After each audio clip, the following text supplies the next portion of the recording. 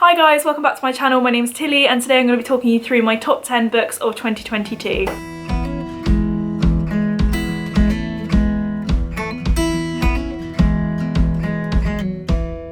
So I actually got a little bit into comics during 2022, so the first two books I've got to show you are actually comics. The first of which being Guardians of the Galaxy Volume 1 by Brian Michael Bendis. If you didn't know, I'm a massive Marvel fan and Guardians of the Galaxy is my favourite Marvel film. I had read the first story within this volume as my boyfriend Tim and I went to a comic store when we were in Brighton, which talks about the origin of Guardians of the Galaxy, which talks about Peter Quill's mum and her relationship with a man from another planet. The rest of this novel is called Cosmic Avengers and features Iron Man, so Tony Stark, and was a really fun read. I could imagine all of their voices in my head and it was so like the MCU. This came out as a 4.5 stars because I enjoyed it so much. The second graphic novel slash comic was Buffy the Vampire Slayer, and this is volume 1, High School is Hell, and this is by Geordie Bellier. I grew up with Buffy and I remember watching it when I was younger. I also rewatched it during lockdown and had a lot of fun. Even though some of the graphics are so outdated, it's just a lot of fun and the story still really holds up. This comic is that Buffy series we all know and love, but putting it into modern day, and again, similarly to the Guardians one, the characters are spot on and I can imagine them just the same as the TV show, especially Xander. And I also love the art style, like, I mean, look at this. I also read the spin-off Willow series during 2022, which I did really love, and that definitely is an honourable mention. But this one I'd say I loved just that little bit more, and this one came out at 4.5 stars as well. Then a little bit of a controversial one, which is It Ends With Us by Colleen Hoover, which I know has been the topic of a lot of outrage recently, as Colleen Hoover was going to release a colouring book based on this book, and it's safe to say we're all very confused because of the themes of this book, and it did seem a little bit unsensitive. But that's a topic for another video. In terms of the book, I personally thought this was fantastically written. It's really difficult for me to tell you why I rated this book so highly without giving any spoilers, and I would definitely recommend looking up the trigger warnings before you give this one a read if you're interested. But yeah, this one also came out at 4.5 stars. I thought it was really well written. If you've read this as well, please let me know. I'd love to have someone to talk to about this one. Next comes one I'm surprised isn't higher up on the list, and that's The Book Eaters by Sunyi Dean. This is the beautiful Illumicrate edition with the really cool sprayed edges. So this book follows the story of a race of people that eat books and consume the stories within them. Our main character though has a son who is a mind eater, meaning that he eats the minds of humans and consumes their personalities. This was a really thought-provoking book about a mother's love, as well as what do personalities mean and what does it mean to be human. This one really surprised me and I was really impressed, and it came out at 4.5 stars. And then we have A Darker Shade of Magic, which I can't believe I hadn't read before. In actual fact, this is my first V.E. Schwab book, which I know I can't believe I haven't got to her book sooner. The writing of this is just fantastic and I love all of the characters and the world building. It is just fantastic. I've now also read A Gathering of Shadows, which is also really good, and I'm halfway through A Conjuring of Light and I just don't want it to end because it's just so good. I'm also really excited to read more from V.E. Schwab. And then I couldn't not mention that I read the Heartstopper series in 2022. The first on this list is actually volume 2. This series is just so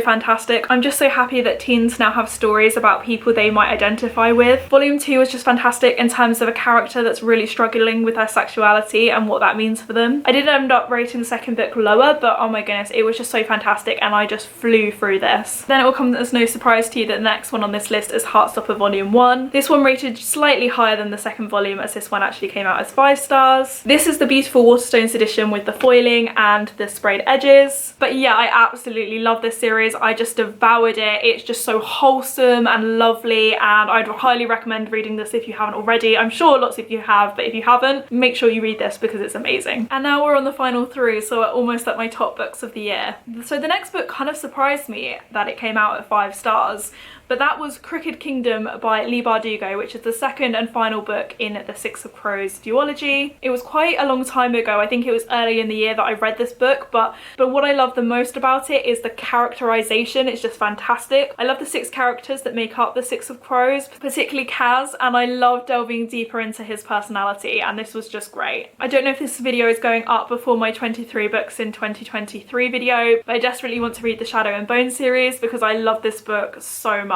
So I'm hoping the Shadow and Bone series is as good. And then I couldn't not mention The Seven Husbands of Evelyn Hugo. This book is just fantastic. I did listen to it on audiobook, which I think did elevate it, but because it's very much like Evelyn is telling you her story. I was a bit apprehensive going into this one because it is so loved, but for good reason, because it's just fantastic. Taylor Jenkins Reid just has a way of writing that's so captivating. I don't think I'd normally care about a book like this. I'm not really into historical fiction, but the way she writes Evelyn and also Monique, I just absolutely loved this book. And I've since ordered the Fairy Loot edition because I can't help myself and I need... Okay, so my camera died, so apologies if the lighting or the angle is a little bit off in these next couple of clips. But yeah, I think I was just saying how much I loved The Seven Husbands of Evelyn Hugo, and I need all the pretty copies of this book. And then that brings me on to, in my opinion, the best book of 2022. Can you guess what it is? Leave a comment down below with your guesses. So it was Tomorrow and Tomorrow and Tomorrow by Gabrielle Zevin. First of all, this book looks absolutely stunning. I love the fact that it's iridescent. I love the rainbow. The cover is just stunning. But the book itself was such a happy surprise. It follows two friends who are game developers and their story of developing games together. There's some social commentary in this. The relationship between the two characters is fantastic. I wouldn't necessarily say it's a love story. And just the fact that this is about gaming is just so cool. The games that they actually develop are really interesting and I'd love to actually play them. Sam is such a morally grey character that you're not sure whether you should like him or not. Sadie also makes questionable decisions. But yeah, I absolutely love this book. If you've not read this yet, please